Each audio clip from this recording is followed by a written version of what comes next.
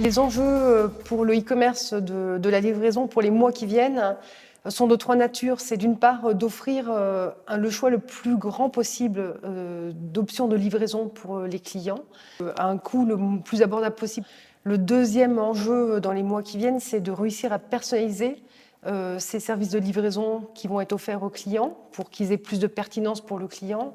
Et le dernier enjeu, qui est un enjeu majeur, c'est d'être fiable, je dirais, dans cette promesse de livraison et de l'exécuter de manière parfaite, quel que soit le pic d'activité que l'e-commerce rencontre. Pour la Redoute en particulier, les enjeux sont similaires, donc c'est le choix et le cut-off tardif, c'est-à-dire de permettre au client de commander quand il veut et de le livrer le plus rapidement possible.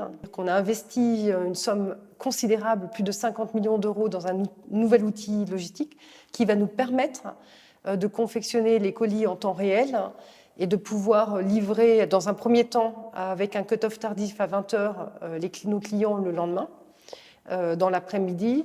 Et je dirais, on vise bien entendu avec ce nouvel outil logistique à pouvoir les livrer le jour même. Le deuxième, c'est par rapport en fait au positionnement de la Redoute, qui est un positionnement de valeur, c'est d'offrir un service avec une valeur ajoutée.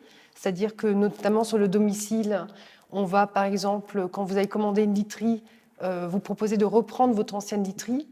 Et il y a un enjeu aussi d'améliorer le service d'un point de vue qualitatif avec les enjeux de livrer également le dimanche. Donc on va tester en 2016 la livraison le dimanche à domicile pour toute la partie encombrante.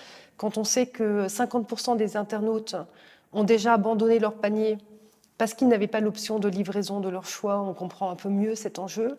Voire quand on sait que 40% des internautes qui ont été déçus par un service de livraison ou par la qualité du service de livraison, hésitent à recommander chez les commerçants, on comprend en quoi la livraison est vraiment un levier à la fois de croissance, de fidélisation et de recrutement. D'ailleurs, on voit que des entreprises comme Amazon sont même en train de réintégrer le transport dans leur organisation pour avoir la maîtrise tant en termes de qualité, de coût et, je dirais, de disponibilité de cette ressource. Les innovations auxquelles moi je crois, c'est des innovations telles que la livraison en casier ou dans le coffre en fait, de voiture.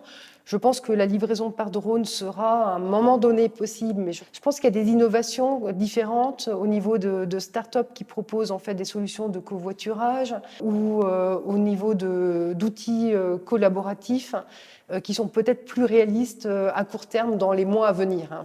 Alors, le service de livraison idéal dans une vie idéale, ça serait de pouvoir avoir une livraison en temps réel, c'est-à-dire le client passe commande et il est livré en fait dans l'heure qui suit, dans les 2 heures qui suivent, voire dans la journée.